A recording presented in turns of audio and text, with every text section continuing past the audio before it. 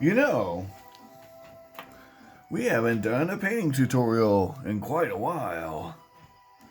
I think we better. What do you think, Eva?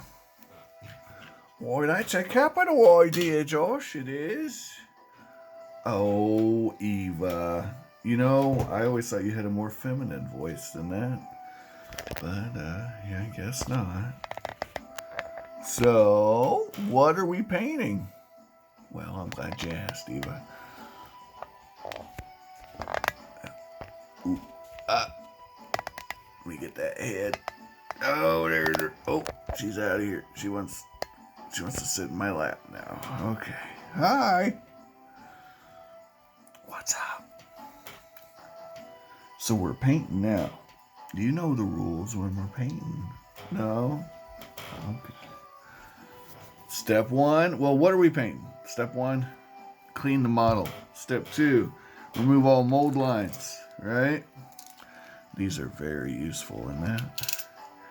And I also have files. Yeah? Now, what are we doing? We're going to make these three models right here. And why am I painting them all at once? Well, they're all getting the same paint job. So, these three models, Eva, get them.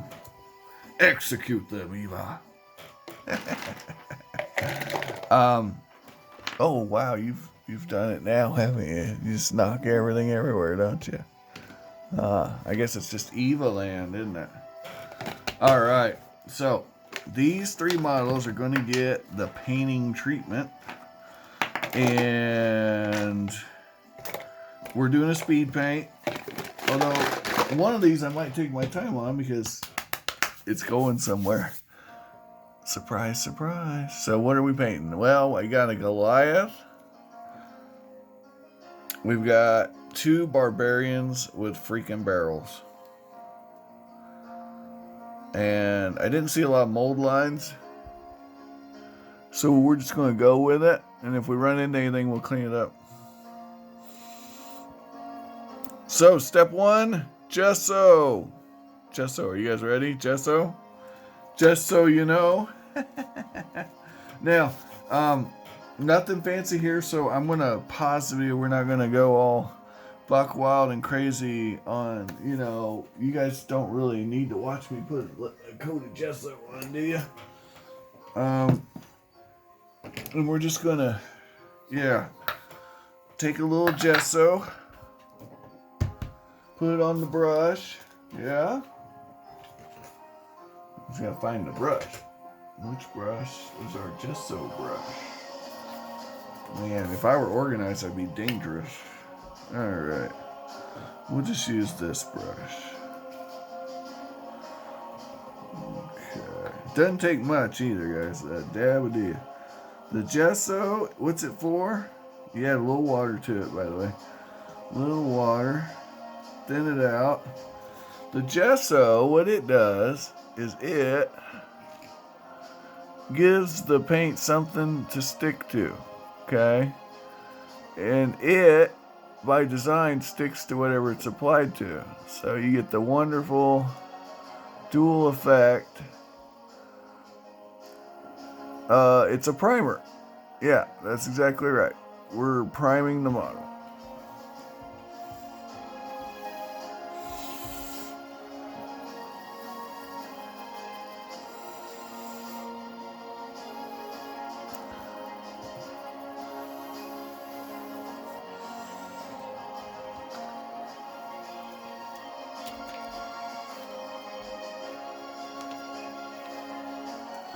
Alright, and I'll just coat all these with gesso and let it dry. Just gotta wait on this stuff to dry. Yay, watching paint dry.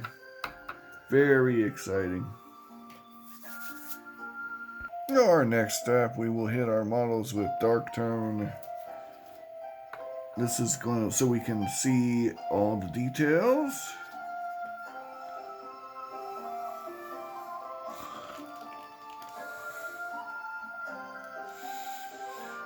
It's kind of a cheap way to get a zenithal prime without doing the zenithal prime. Although you can hit these up with a dry brush to do this, to make it even more pronounced if you so desire. And that works fine. Or you can, get the spray-on primers and go to town.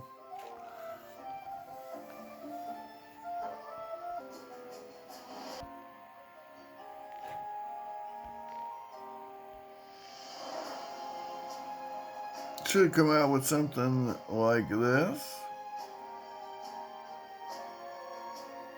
Let that dry. Just a little side note, if this is too bright for you, you can mix a little gray paint, maybe like pavement or some color like that, with the gesso, or black even.